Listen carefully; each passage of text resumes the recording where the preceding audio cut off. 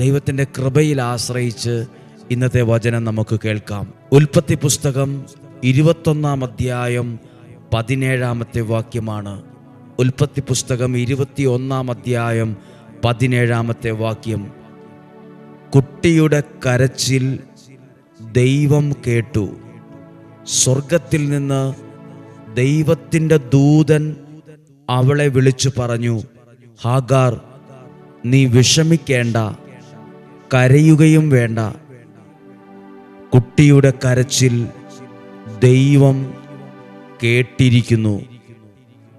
എഴുന്നേറ്റ് കുട്ടിയെ കയ്യിലെടുക്കുക. അവനിൽ നിന്ന് വലിയ ഒരു ജനതയെ ഞാൻ പുറപ്പെടുവിക്കും. ദൈവം അവളുടെ കണ്ണു തുറന്നു. അവളൊരു കിണർ കണ്ടു. പ്രിയപ്പെട്ടവരെ, ഈ വചനം എഴുതിയ പശ്ചാത്തലം നിങ്ങൾക്കറിയാം.